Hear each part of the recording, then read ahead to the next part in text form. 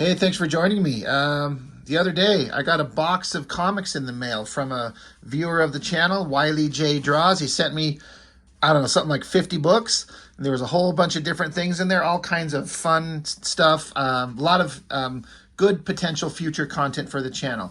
And like a dummy, I decided to do Berserkers issue 3 as the first one because good God, this thing is horrible. I feel like I've gotten stupider by going through it. I want to give some context. I always like to make sure I say up front, I know I say this a lot, so if you listen to my channel, you're probably sick of me hearing this, but I feel like it's an important thing to say. I am not talking shit about the human being who drew this. This is Dan Fraga. I have nothing against him, and he's a damn good artist now, and he was just a kid given the opportunity to draw this book when it came out. And they clearly have had zero education on storytelling outside of reading some comic books. They have no idea what they're doing. When I say they, I mean there's all these kids that were hired by these studios. And I'm going to be blunt. I'm going to say it doesn't seem like it's an exaggeration or something improper to suggest that the kids that were drawing for Extreme Studios were far and away less skilled by a huge factor than any of the kids that were hired by either Wildstorm or Top Cow. It's just so unbelievably obvious. I mean, Rob Liefeld was a kid himself, and he's going to hire on a bunch of kids. And what, are you going to learn storytelling from Rob Liefeld? No. Imagine being hooked up with Top Cow. You get hired on by Mark Silvestri. You could not ask for a better teacher from the Image founding fathers. Like, that guy draws the best by far in every conceivable way than any of the others. An absolute modern master at this time in the early 90s and today. So you could learn from Silvestri. You could learn from Jim Lee or any of the inkers like Scott Williams, who was with Jim Lee. You could learn from him. There's so many places where you can absorb knowledge. But Extreme Studios, who are you going to learn from? It's a kid starting a studio with kids making comics for kids. So in that context, I guess 12-year-old me, you know what, even when these were coming out, this is 95. So I was 18, graduating high school. I was all in on the Image shit. And even as a kid, I was like, this stuff is crap. This is absolutely terrible. And I was just looking at it from a artistic perspective. I didn't pick most of these up. I would get the stuff that Liefeld would do. I would try the new stuff like Brigade. Let me try that. I picked up the first couple issues and was done pretty quick. I tried Bloodstrike and put it away pretty quick. Supreme by Brian Murray. Picked up one issue, put it away pretty quick. I'm done. I can't read these. They're artistically no good. So it's interesting to read these now, and then I've gotten a lot of people, especially a week or two ago, I did Spawn #6. I got a lot of haters shitting on me in that video. Now, it's overwhelmingly, like by percentages, the comments and the likes and the people who kind of agreed with me far outweigh the negatives. But in that video, I got a lot of people hitting me up like, why are you a grown man like shitting on a child's form of entertainment from years ago that are made for children? Why are you even critiquing it? Or like, you can't do better. Well, again, it's objective assessment. It's fun content to look at. And as an adult, it's interesting to go back and revisit this stuff that you looked at as a kid. Now you're looking at as an adult, and let's just see how it holds up. And then the comments that a lot of people are making are, you don't make anything. You don't work in the industry. Can you do better? I am going to say I am a better visual storyteller than Dan Fraga in this era. 100%. Now I'm 47. He was early 20s. There's a massive difference in time. I do draw my own comic books, but I'm going to go out on a limb here. I'm going to say I am a better storyteller than Fraga at this point. But I don't hold it against him because he was just a damn kid who had nobody to teach him. So he had to learn as he goes. His drawings get better, but his storytelling is just horrible. I thought I was losing my mind going through this. I had to go back and rewatch my video on issue 2. That's the first book of the Berserkers I ever saw. I've never seen issue 1, so I was excited to get issue 3. But I started flipping through this, and I'm like, wait, what the fuck is going on? I had to go back and rewatch my video to see how everything lined up, and it kind of helped make sense. I can't tell you who the hell this girl is. So this is supposed to be Cross. If you remember the original from Youngblood #2, there was the Berserkers. They showed up, and there's a guy named Cross. They had like a cross symbol scar on his eye that kept switching eyes. But this isn't a cross on his eye. It's just a line. This is dumbass Wildmane. And then on the team, there's 2 women. There's a Storm who has like long hair. And then there was Battle Axe. At least that's what she called herself in the original Youngblood #2. She was Battle Axe, but in the Berserkers issue 2, she calls herself Hatchet. Well, Hatchet has a mohawk. This girl doesn't have a mohawk, and this isn't Storm. She looks like she's kind of dressed like, I look at her and I'm kind of like, is she supposed to be like, I don't know, is she Cammy from Street Fighter with the pigtails, or is she supposed to be Fairchild from Gen 13? The anatomy, I mean, it's exaggerated. It's not, we're not going for realism. So in a way, I'm kind of like, you can kind of excuse it, this ridiculous whatever, but these misshapen boobies of hers and this giant hip and this string thong swimsuit that they're wearing, it's just ridiculous. But I guess it's okay for kids, right? Sure. Writer Bo Smith and Jim Valentino. I have to also say, I read this and I'm like, I can't barely follow what's going on. So, I mean, I gotta say the story is stupid, but I gotta put the storytelling failures on Fraga. The inks are fine, the colors are fine. There were some lettering things that were kind of hard to follow. But again, no disrespect meant to Fraga, but as the kid at the time in '95, I wish I could remember. There's that video I did, that book that just said Extreme, and in the back it had all those kind of cartoony pictures of all the artists, and it told us what their ages were at the time. He's somewhere between 20 and 24, I think. Just a kid who doesn't know no damn thing. So this is supposed to be Cross. And so, I feel like Fraga was, when you're sitting down and you're just drawing comics all the time, you're going to get better. So it's still cartoony and kind of that over-the-top image excess style. But I look at this and I feel like he's really trying. He's trying to get in there with some of that anatomy and that lighting and that rendering and big screamy faces and guns. He's trying to pull the best of what he knows, especially what Liefeld does, and then give it his own kind of style. So I feel like he's trying, and he's getting better. He started on that Blood Strike, and that was just terrible. But he's getting better. But the storytelling, you got the big strong guy. I swear all they do with this guy is the close-up of his stupid face. He's just got soulless white eyes, no nose, a big gritted teeth mouth, and this stupid football helmet, and just arms punching. So there's no context. This shouldn't be 4 panels. This should be like one big splash page where you clearly see everybody. They're fighting these stupid sandworm monsters. But this is super unclear. There's this Battle Axe girl.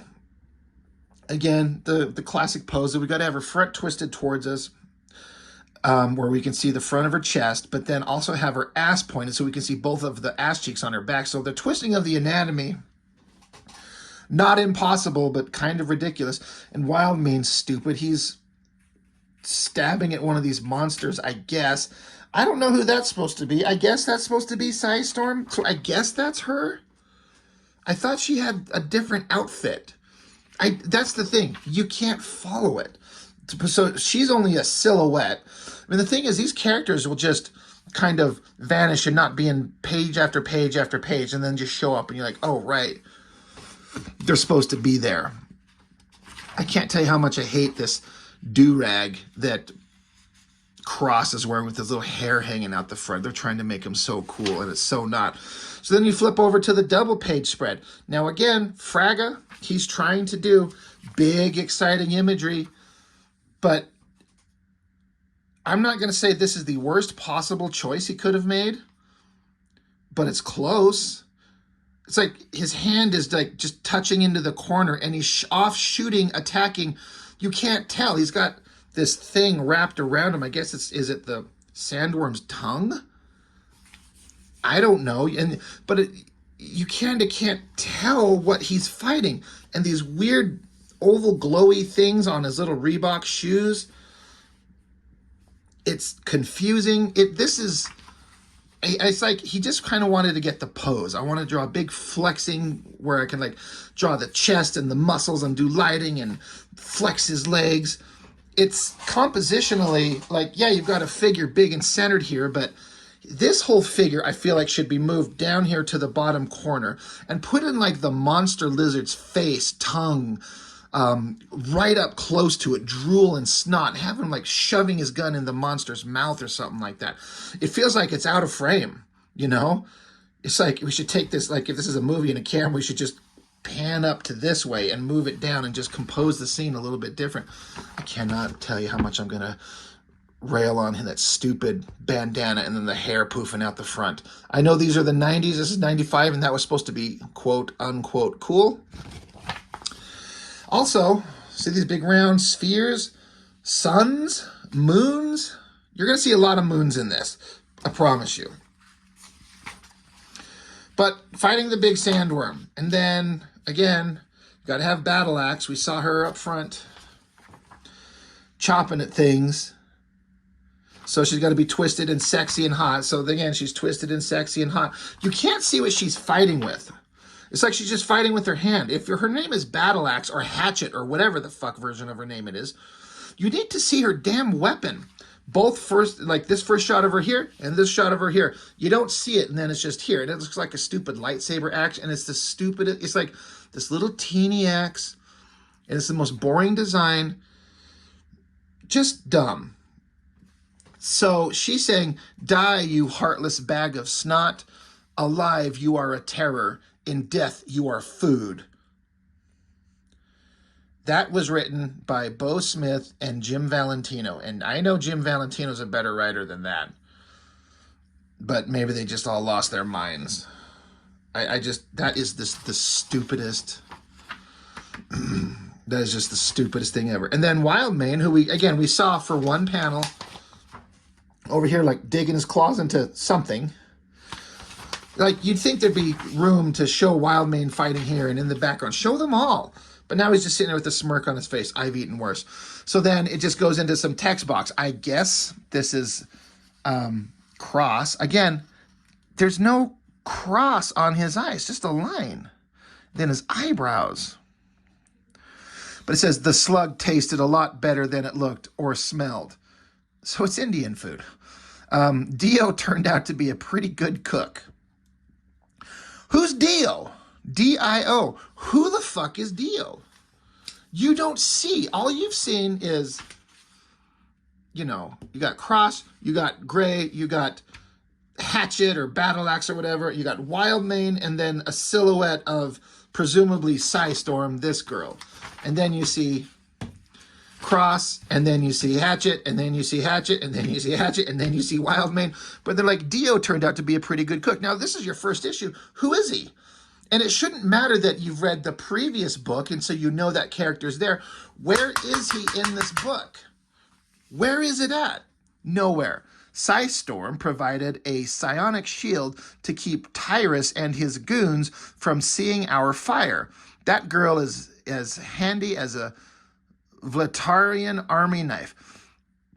Psystorm. Again, if this is your first issue, as it was kind of with me. I mean, I read issue 2, but that was 4 months ago.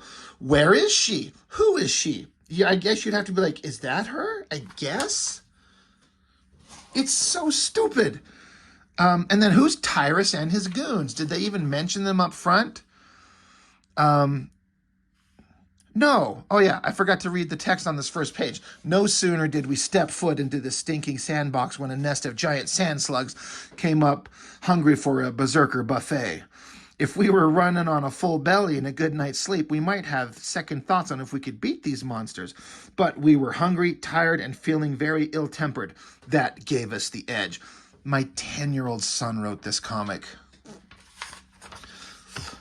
So there's no explanation of who Tyrus and his goons are. So I've said before, what sucks, what's really an unfortunate situation is reviewing a book like this, and it's not fair to compare it to Chris Claremont and John Byrne's Uncanny X-Men run. I've been going through the Dark Phoenix saga, and in 17 pages, the story that they tell, the depth, the kind of adult nature of it. I don't feel like they were writing those comics for children. I feel like they were just writing stories that anybody could enjoy. Adults, kids, teenagers, old, whatever. I don't know what their mindset was. And then I've got people that will tell me these are written for children. It certainly reads that way. But having read comics like that where children enjoyed them and loved them, myself included, and then you read this stuff, this is so bad. And what I was going to get at is that I've talked about at length in those other issues how it's kind of obnoxious when in every issue there's a repeat of characters' abilities, powers, or several paragraphs of re-explaining the plot. But I think it was Jim Shooter, I believe, in Marvel Comics, who said everybody's comic could be somebody's first comic. So you have to bring everyone up to speed. You have to be able to explain what's going on. So as I sit here and I know that I wasn't talking bad about it, but I was kind of like getting a little annoyed. Where like, here we go again. In X-Men, Cyclops is explaining that he's got to keep his eyes shut because if he doesn't, his mutant powers of his ruby quartz visor or his optic blast will blast uncontrollably without the control of his ruby quartz visor, blah, blah, blah. Or Wolverine extends his razor-sharp adamantium claws and his mutant healing factor keeps him, blah, blah, blah. It just goes on and on, but it tells you who they are. That kind of understanding of storytelling is missing wholesale from this shit. It's just awful. And again, Valentino and Bo Smith writing this? These guys have got to know better. So anyway, sorry to go on that little mid-rant, but they're just like Tyrus and his goons from Seeing Our Fire. That girl is handy, blah, blah, blah. So they're eating the giant sandworms. And again, it smelled terrible. And it looked terrible. It smelled terrible, but I guess it tasted good. So somebody, I guess, Wildman saying, not bad, Dio. What kind of spices did you put on this thing? And he says, you do not want to know, my friend. What does that mean? Did you jizz on it or something? Look, of course, if there's one thing a young kid drawing these comics cannot help is if it's a night scene, we're going to put in a moon. It's just always conveniently framed. There's dual moons. In fact, it almost looks like there's three. It looks like there's one here, one there, and one there. So back over here, there were dual suns. So this is Tatooine in Star Wars on a desert planet. So there's 2 suns and 3 moons. I mean, right? 1, 2, and 3. And they're always going to be framed right there. And of course, when an artist is tired, he's going to like throw in silhouettes because he spent a lot of time drawing, well, nothing complicated. And then this doesn't make sense. What kind of spices did you put on this? And he's like, you do not want to know, my friend. And then the lettering comes back over to here. Trust me, Maine, it's a trip you don't want to make. What? And then, so this is where lettering gets confusing because I feel like you're supposed to go here, here, but then you're supposed to go here or there, there, and then here because this is overlapping the text box. So you go here, then here, then here, then down to here, then back up to here. And the rest of it kind of falls through the page all right. But you remember Gray, you know, the big strong guy who they spent like several big splash pages on issue 2 just showing him gritting his teeth and flexing his arms fighting the lizards. We've seen him in one panel. Well, now he's sitting here eating a burrito, a sandworm burrito, just loving it, I guess. So then Cross got to come up to Hatchet, and they got to have a conversation. Now, apparently Hatchet is she's having bad dreams and she's got a difficult past and she has to deal with it. Like, you're still having nightmares. She's like, yes, they're becoming more real each night. In every dream, I am drenched in the blood of the berserkers, drained by my own hand. Oh, Jesus Christ, shut up. And Cross is trying to, like, put her at peace. Like, those dreams aren't predictions, Hatchet. They're sections of a puzzle from your past. You just got to figure out where it fits. And then she's like, we both know where I am from, Cross. We both know of my past life serving Darkthorn and his evil commands. Oh my God, Darkthorn, that fucking prick from Youngblood issue 2, who they're trying to build up as this major villain, and we know nothing about. We know nothing. Cuts to her saying, he took my inner rage and honed it into a hate that was as sharp as the edge of my axe. And so I guess this is like a flashback in her head where she's wearing a swimsuit and she's got her long hair, not her mohawk. And then I guess that's supposed to be Darkthorn in a silhouette and somebody else just cackling as she like takes this little tiny axe of hers and chops on a, fuck if I know. Piss poor storytelling. Now, there's both equally something awesome and really stupid going on here. So that's not a bad shot of Cross in his face and his little stupid hair popping out of his do-rag. And this back shot of her head, I kind of dig her long hair, the feather and like the, I don't know, dreaded, beaded things going on back here. Very tribal. Kind of interesting. And then it's an interesting, I don't think it works, but it's an interesting attempt to like show her scrub brush hairdo mohawk thing, and he does this kind of technique to do this like flat end that's the top of her mohawk, but it's like they make her the coloring on the top of her mohawk and the moon the same color. And so when I first saw this, I'm like, what in the fuck am I looking at? I'm like, oh, that's stupid. Because again, that moon, it's like it jumps around in the sky to like, oh, I got to get in the frame. And, excuse me, that's just, I feel like there's something interesting going on here. And I do like the drawings through here. But that was a really poor choice on the colorist. But anyway, they continue with their stupid bullshitting, like, you got off on the wrong path, but now you've got to put that rage to good use for the cause. And she's like, I know, but ever since we've been on this planet, I feel my control slipping away, as if she's some kind of super powerful something. She's like, Cross, I must ask you something. Something you must do for me as my leader, as my warrior. But wait, we got to wait for the moons to position themselves behind us. Okay, there they are. Great. Anyway, as a friend... Oh, wait, hold on. Let's get the moons to reposition behind us. Okay, there we go. Now, we're here. She says, if I can no longer control my rage, my emotions, if Darkthorn's evil consumes me once more, you must promise to take my battle axe and kill me. This shit does not require 2 pages to tell this shit. And this is just like some of the worst female figure drawing. Like, I'm always leery to throw out that I can draw better female figures than this. I'm always cautious to say that I can draw better than somebody else. I mean, I'm going to say that I can draw better female figures. That's My Pencils and Inks by Chuck Gibson, who's just a bad motherfucker. Look, I don't feel like this is just so ridiculous. The way these breasts are shaped, these just round shapes, this absolute lack of understanding of what highlights on folds and clothing would be. Look at this thing. Can you even make sense of what that is? That's supposed to be like her left arm and like the gauntlet thing that the gauntlet thing she wears on her wrist and then her hand, but he didn't want to put any detail in it. And then again, this stupid lightsaber, look at this little tiny thing. She's talking as if she's almost as if she's got the importance of like Jean Grey as the Phoenix in the X-Men.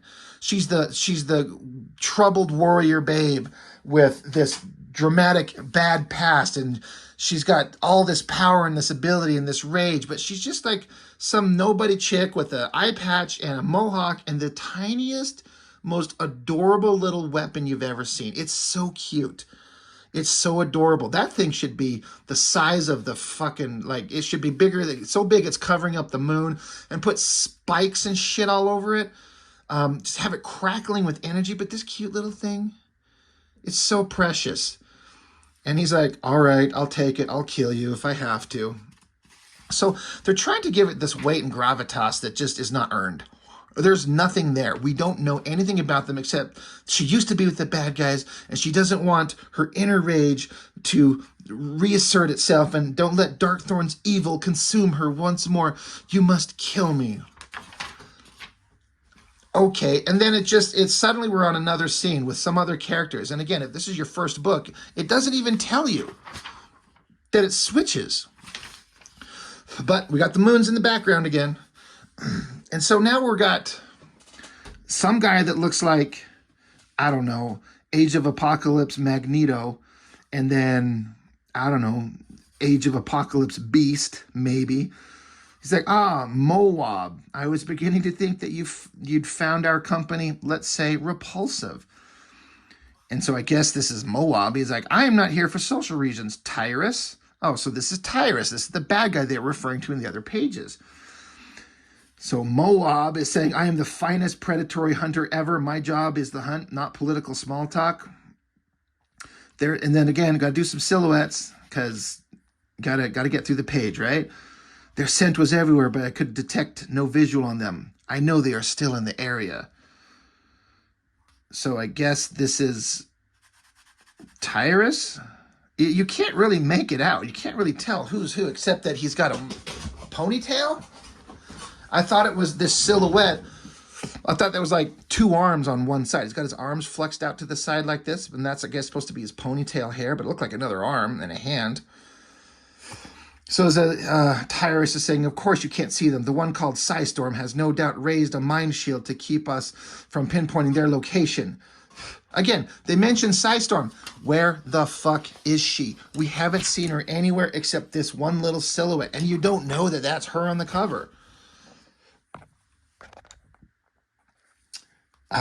So Tyrus continues, I am sure that Hatchet is there somewhere guarding their camp, unable to sleep. So then this kind of scared looking face is supposed to be this monstrous guy here, Moab. He's like, how do you know this?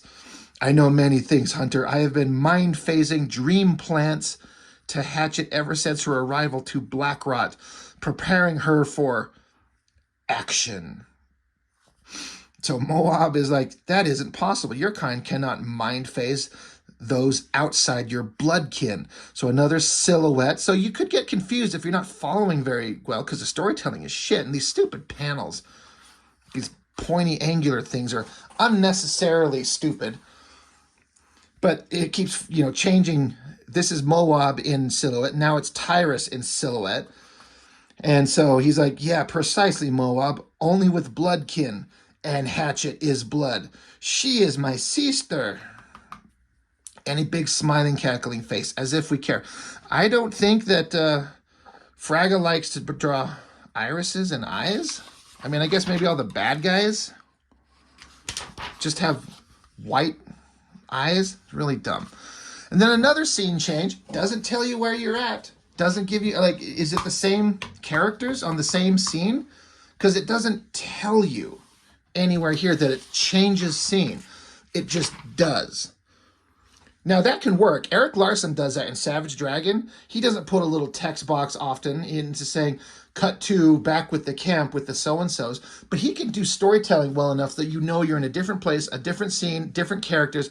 This one is absolutely not that way. So it's hard to see with the coloring. There's a silhouetted shape, and there's all these sound effects, kirk, check, crank, clack, crap. And then whoever that is, there's a close-up on his face. And then there's all these things pointing at him. He's like, hold on, it's me, Dio. What? Who's Dio? We mentioned him, right? But yeah, Dio turned out to be a pretty good cook.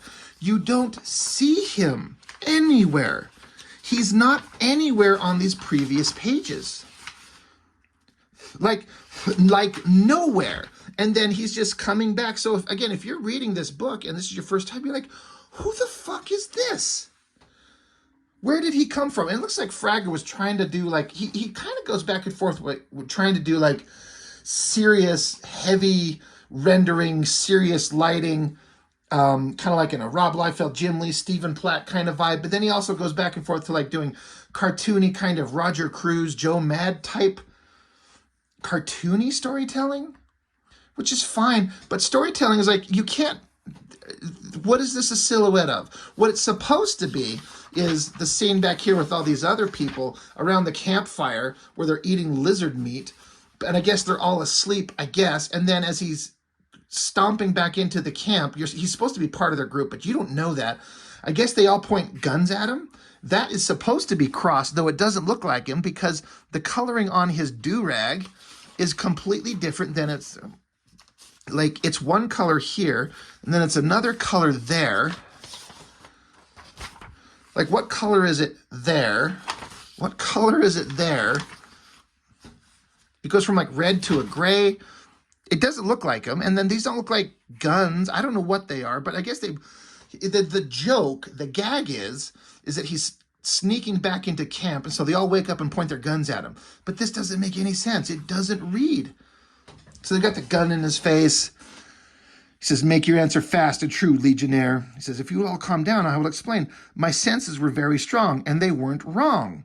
I found the shoot port. The what? What the fuck is that? It doesn't tell you anywhere in the book what that is supposed to be. So it's so unclear. Cut back to another scene. So then there's a mountain of rock, I guess, and it says, I am impressed, grunt, they found it. And then something says, snort. And so then way off in the distance, there's one little cactus tree and some kind of rocky stone formation, I guess, shooting lights out. And it's like, oh, I'm impressed, they found it. You mean the giant glowing fucking building in the middle of the night? And they're surprised that anyone found it? Like it wouldn't stand out like a fucking beacon? So I guess this is Moab, again, who our first introduction to him in this book is just his face and then a couple silhouettes. So then there's just a dude standing here. He's like, Tyrus must be alerted. But first, I have a small task that needs my attention. Now, storytelling is still absolutely shit, but that drawing right there, I feel like he's like channeling some Stephen Platt right there. It's pretty good.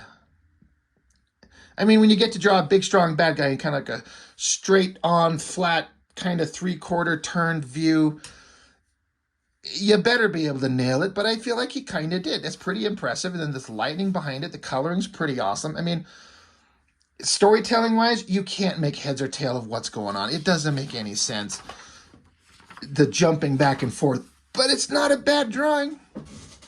I kind of like the coloring on his, like, belt thing there. That's pretty sweet. Cut back to another scene. So I guess all our heroes, I guess, because again, he just reverts to silhouettes except for a couple of faces. Who's this guy? Well, it's supposed to be, remember goofy cartoony guy here with the big, like, exaggerated mouth and the big eyes, the big smiley face and the pointy ears? That's him. Doesn't look like the same guy at all. So if you're reading, she's like, who the fuck is this? And then what's this little floating square in the background? And so then there's this rocky formation. So I'm like, is that this? But these guys are like, it's like human size. Here, you can see the figures here. So the only thing I could deduce is that this is some kind of building, and then they're inside the building, and that's like a window just floating in the air. And then this is something inside it. It doesn't make any sense. They're like, it's amazing. Hey, Dio, do you think you can tune into the Get Our Butts Home channel on that thing? Calm yourself, Wildmane. I am almost finished. So I guess that's supposed to be Cross because you see the line and his little stupid hair hanging out the top of his do-rag. It says, what are you doing, Dio? I am preparing the entry totem to receive all of our DNA for acceptance into the port. It will take it through the pores of your palms. So you've got this panel where it's just this low cut angle where everything's tilted to the side like this. And then the next panel below it, it's tilted all the way over like this. And it's supposed to be the same guy. But in this panel, he's not saying anything. This text box is all just going to this guy. And again, you can't tell that this is supposed to be him, except for maybe the coloring. You can't see, it's just the worst storytelling. And then soulless eyes, again, like here he's got pupils in his eyes. Not there, so it doesn't look like the same fucking guy. And then again, slacking ass out, just, I'm going to do silhouettes and colors of all their hands.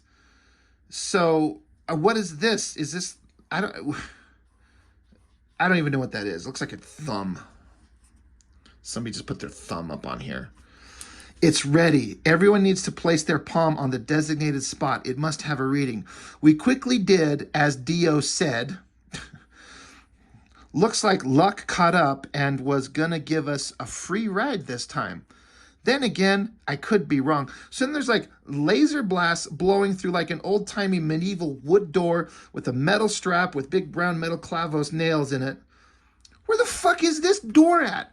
Do I even need to explain how this kind of like old-timey door is? You can't see the building. You can't see, is this a town? Is this a village? Or is it just like a Stonehenge type stone structure, and then they're inside it? I guess that's a window, I guess. And there's this old-timey door. They blast through, and it's like, arg, incoming. Get them while they're hot. What is that, Wildmane? Is that supposed to be his open mouth? God, he's just leaning into this silhouetted faces with eyes and mouths lit up. It looks terrible. Speaking of terrible, so then I guess this is Tyrus, the bad guy from over here, who this is the first time we see him. Looks like Age of Apocalypse Magneto. You see like his little face here, a silhouette, and then a couple close-ups of his face, so it's kind of indistinct. You don't know who or what he is. And then it's just a silhouette. And then he's surrounded by a bunch of evil faces, and why is there eyes here, but is this a hole they blew through the wall?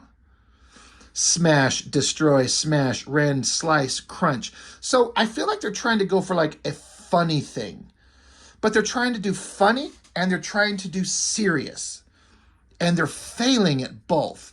Yes, my lovelies, yes, leave no limb connected. Turn the sky itself red with their blood. Kill them all and let God sort them out. What in the fuck? Are you kidding me? And then I guess this is Cross, and he's pointing his little hair dryers. Like his hands just disappear and they just turned into like guns. Super exaggerated. I guess that's what you're going for. And then they're like, kill this, you bastard. That is just the stupidest thing I've ever read. So then we cut over to Wildmane. He's jumping around. Like, all the storytelling and cool shit you could be showing, we're going to waste all of this. So here he is jumping around. And then all these bad guys, you haven't seen anything that looks like these things in this book anywhere. The only indication is up here, these silhouetted figures. You haven't seen these guys anywhere. So again, if you're reading this, you're like, what the fuck is this? It's so terrible. And so I guess this is supposed to be Tyrus, you know, the guy who we've only seen in silhouette and then extreme close-ups on his face here. And then Moab here, who's watching him, but he's like, I've got a thing to do, a small task that needs my attention. What? What do you need to do? Where did you go? I don't know. So this is supposed to be Tyrus, and he's like thinking. I guess they've got a telepathic hatchet. Give into our common bond and become one with your destiny. A destiny sealed in the blood we share. Join with me, my sister, and stand with me against my enemies. And so then this panel, these two panels should be like side by side. It shouldn't be down low here and up top here. Looks like she's taking a lightning load right to the mouth. She says, no, Tyrus's thought projection too strong, boring into my brain. Boring is right. Confusing me. Confusing is right. Making me, and it says, join me. No, I cannot. I will not. And then this is the first time you're sort of seeing a real clear shot of this Tyrus guy, who looks like Age of Apocalypse Magneto, sort of. Gray hair, old guy, ponytail, red outfit. He's like, join me, join. And he went, ugh. So I'm not kidding you when I say that I had to like reread this thing several times. And I kept flipping back page to page. I'm like, who's this? Who's that? Who are these guys? I rewatched my previous video from 4 months ago to get myself caught up on that. It took me some like serious figuring out. So something happens to Tyrus, something, and then who's that? Who is that? Oh, it's Moab. It's this guy. Did they change his skin tone? They gave him a necklace he wasn't wearing. I guess the belt's the same. I guess the hair is kind of the same. Who would strike such a cowardly blow? You, Moab? I guess he's attacking his former companion? Your treacherous ways must come to an end, Tyrus. No longer shall you use your power to cloud men's minds like the shadow. Your reign of terror is over. Now it is time to face your doom. And then in silhouette, I guess that's Wildman. I guess that's Gray. I guess that's fucking nothing, and that's fucking nothing.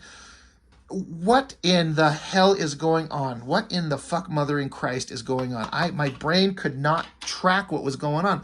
So he screams. And I honestly thought this was like a screamy shot of like Battlestone from Brigade. It just there was the first thing I thought of. He screams, traitor, how could you betray me? And then somebody says, stuff it, you jerk, and punches him in the face. Who punched him? Like, well, it's not the same color of glove there as it is there. I guess I can't make heads or tail of that panel at all. Is that a boot? Kicking something? And then is that Tyrus? Tyrus is wearing a giant fucking cape, which you only see here. And who's shooting him? Is that Cross? We're short on time. I'm short of patience. This ends now. And blam, blam, blam. And I guess he shoots him. So the ultimate villain is dead after just getting shot. And then some nondescript something happens to him. It doesn't tell you what. Did he get stabbed? Did he get punched? Did he get spit on? What did he do to him? Who punched who? And then again, I was like, is this supposed to be Cross shooting him? Because then it just cuts to Cross. He's just standing there flexing like he's hyperjacked. He's got no guns in his hands.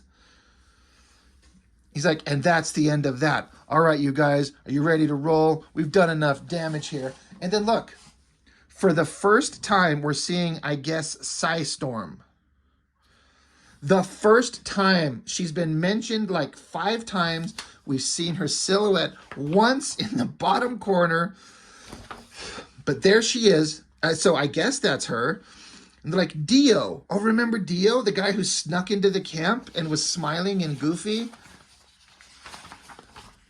And then was setting him up to transport, I suppose. And then he's nowhere. He's nowhere to be seen. And all the real estate wasted on all these fight pages, which is actually not really much. Like, here the fight starts, we point guns, Wildman's beating up guys, and then these two have a thing, and then some punching. And then Dio, that doesn't even look like him, he's like, I'm dying. You won't get any time on me. You guys got to get, you won't waste any time on me. You guys got to get out of here. You need to destroy Displace, D-I-S. You need to destroy Displace. And a little silhouette. You sure, Dio? I'm dead already, Cross. Got to set the timer. Do it now. So, looks like the Guardian of Forever from the original Star Trek series, I guess, is some kind of portal. Dio got wounded somehow. And then they're walking through the Guardian of Forever portal. It says we set the timer on the shoot port. Shit port. The anus. It hums to life, giving off that eerie glow. We look at one another, our eyes lock, no words are spoken between us. None need to be. We're resolved. Any place has got to be better than here.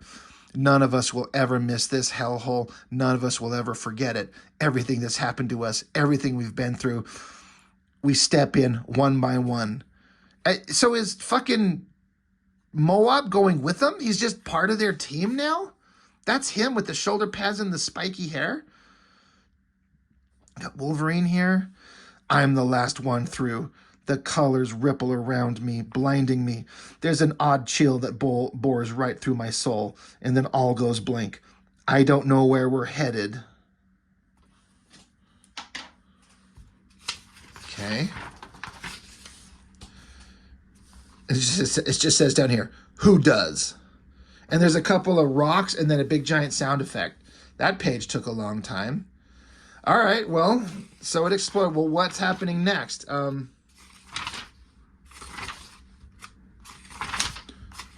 That was the end of the fucking comic. And I think it was a 3-issue miniseries. That is how it ended. Correct me, somebody, please? If this is another issue 4, but I think I looked up, it was only 3. That was it. They are trying to pretend like there's so much going on in this book that is not shown, is not paid off, is not earned. And it ends with that, kablam, and drew a couple of rocks. This is maybe the worst comic book I've ever read in my life. This is the worst one. There's books with worse art, but infinitely better stories, way better storytelling. It may not be this excitable stuff that gets 8-year-old boys excited. It doesn't make any sense. It's the worst comic I've ever read.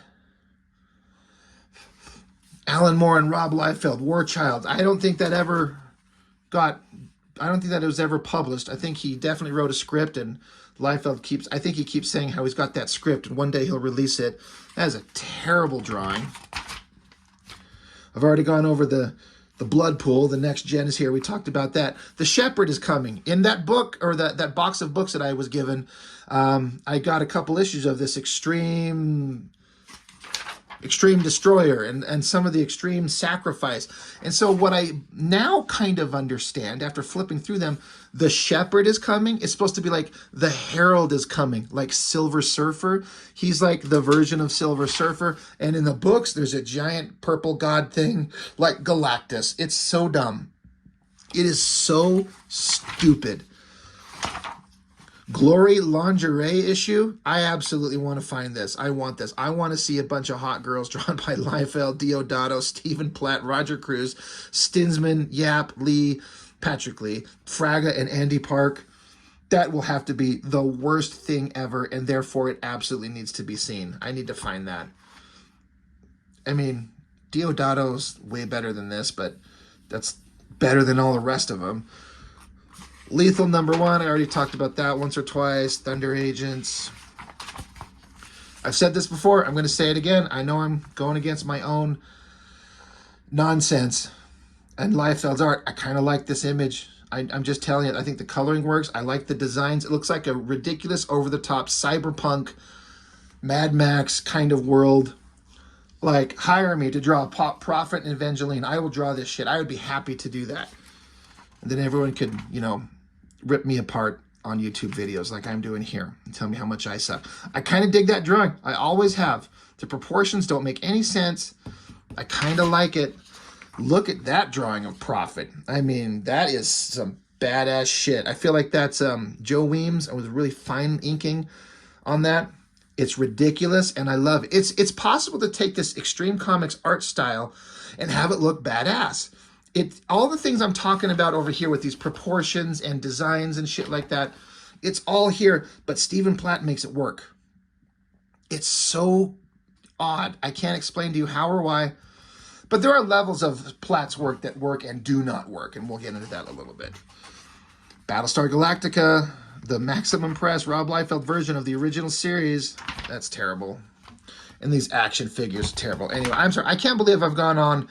We're almost at 50 minutes. I thought this would be like a 20-minute video, but apparently I've got a lot to say about it. It's just the worst thing ever.